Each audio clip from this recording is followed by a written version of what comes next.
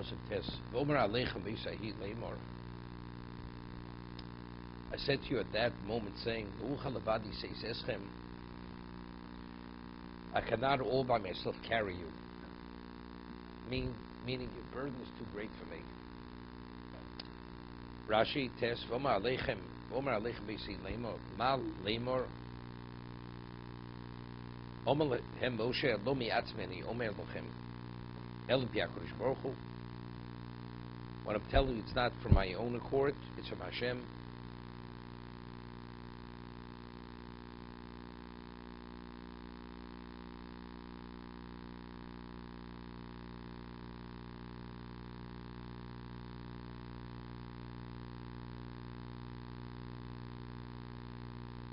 Duchalavadi, Efshish Loye Moshe Yochol Lodu Nis Yisrael. This is by Yisro. This is by Yisro. Because it's not obvious. See, if you read the Psukim, Yisro has a criticism, and Yisro says, if you do it my way, you'll survive, otherwise you're going to wither. It doesn't say over there you consult with HaKadosh Baruch Hu. But that's what I'm saying. Here you say, Rashi said it's Chazal. It's Chazal. It's Chazal. It's a Medrash. But it's interesting, because there's a Ramban. The Ramban says in certain places that Moshe Rabbeinu himself, because he was so imbued with Kedusha, his mind, the things he didn't have to ask HaKadosh Baruch Hu. It's like you go to a posek, you ask him Psak Halacha. Based on his understanding, his ruling is what Hashem wants. That's a Torah ruling, right? There's no communication.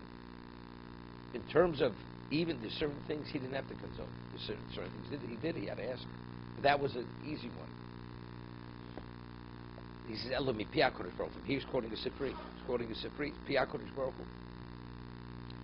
Duchal Vadi Evshel Hoye Moshe Yochel Odom Yisrael Odom Shotzi Mitzroyim.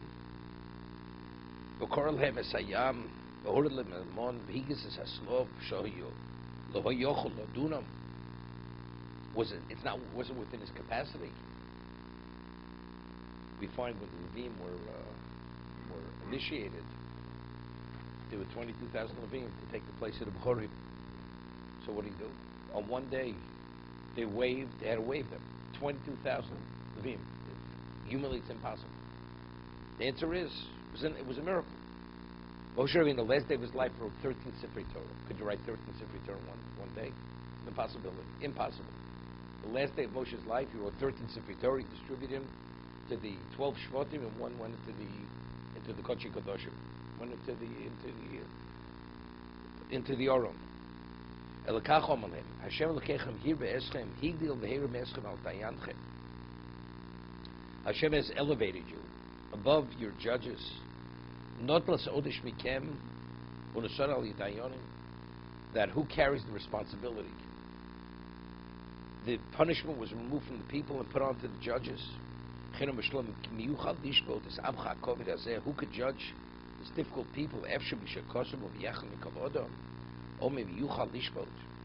the wisest of all people. He wasn't able to adjudicate.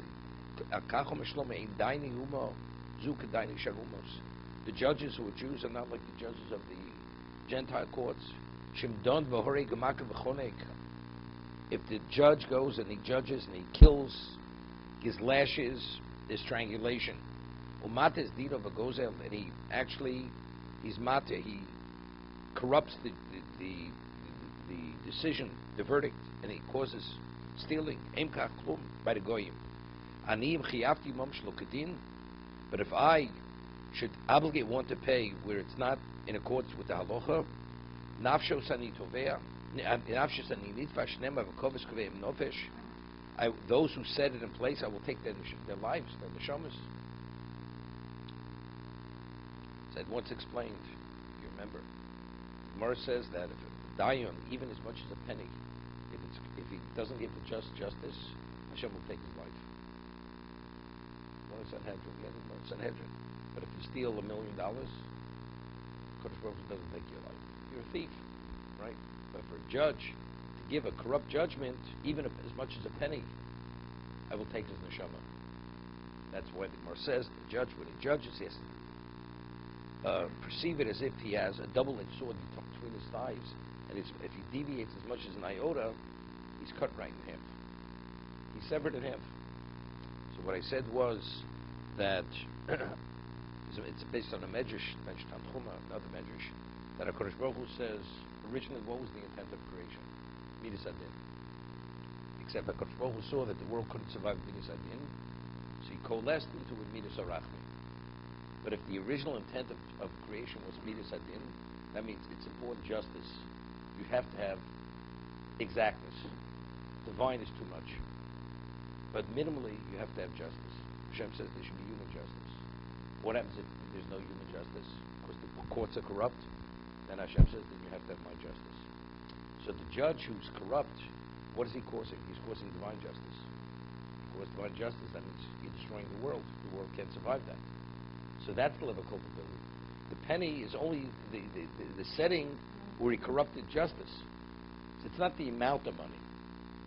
It's not din. There's no, with the words of Chazal, it may din lamato, ish din lamalo. If there's no din lamato on the terrestrial level, then there's heavenly justice. And that's exactly what we're saying over here. So who's responsible to who are the bearers of justice in existence? Klal Yisrael. So therefore, our judges, not like the judges of the Goyim, we carry that responsibility. We have to maintain the standard of justice. Okay? So I said, it even goes further than that. But it has relevance to every Jew. Where does it have relevance to every Jew? Is alocha b'tzedek tishv'dam yisecha, right? Avidan es chavercha l'kapschus. You have to give every Jew the benefit of the doubt in a situation where you can. That's based on the pasuk b'tzedek. Every Jew has an obligation also to judge. And what kind of judgment does it have to be? B'tzedek. Avidan es kol odom l'kapschus. You have to judge everybody l'kapschus. That's implemented not only within the court setting, it's even on the individual level. Okay? I'm just reminding Alan. Not sure if he ever said anything about Shalom Shudas. He's afraid they throw him out. He says something so strong. Okay? What? Exactly. If you want to be, you better be the right kind. No, so the Gemara says. So Gemara asked the question. If it's so serious, people will be afraid to be a dayan. Alan, the Gemara says, if that's the case, it has such consequences. The Gemara says, dayan el masheinu v'los. A dayan you're only human. If you qualify, if you're trying your best, you're not held culpable. If your intention was to do the right thing. But if it's, let's say, human error, it's not a problem. But it's interesting. Like I always say, why are people against capital punishment? Because maybe taking an innocent life. Within the context of a bezdin, it's not possible. That issue, because it says Elokim Nitzav B'Razkel, that if you have a proper court, Hashem convenes with the court. So that they ruled, he's put to death. Why did they rule this way? We're talking about qualified judges, and their intent was to give a proper ruling, because that's why Hashem wanted the ruling to come out. Even if later comes out, there were Edom Zomim. Yeah, but it was too late. They came after they put the man to death. Right? Doesn't make a difference. That's the answer. That's what God wanted. Right? So the concept of you put an innocent man, he may have been innocent in this context, but did he deserve to die? He deserved to die. Why? Because Hashem wanted to die. It's like the Ramban says by Brisbane Absorim. He asks a question. If it already was decreed from Avraham Avinu, right? So why were the Egyptians culpable? They did a mitzvah. That's one of the answers. The other answer is that if a person would carry out something purely as an agent of Hashem, it would not be a problem. And he shows the Navi goes and tells Nebuchadnezzar to destroy the Beis Hamikdash. He was told by the Navi. But yet, after he destroyed the Beis Hamikdash, it says that because he destroyed the Beis Hamikdash, there will be no remnant above it. They're going to be totally annihilated. There will only be a zecher of them. So the Navi says, why? Because he says, he did it because he did it out of arrogance, to show the world that he's even more powerful than God. He didn't do it as the Shlich Hashem. He did it for his own self-interest. So because even when he's told, because he did it for his own self-interest, that's the reason why he deserves to be destroyed. So a person You can't kill a person unless he really deserves to die.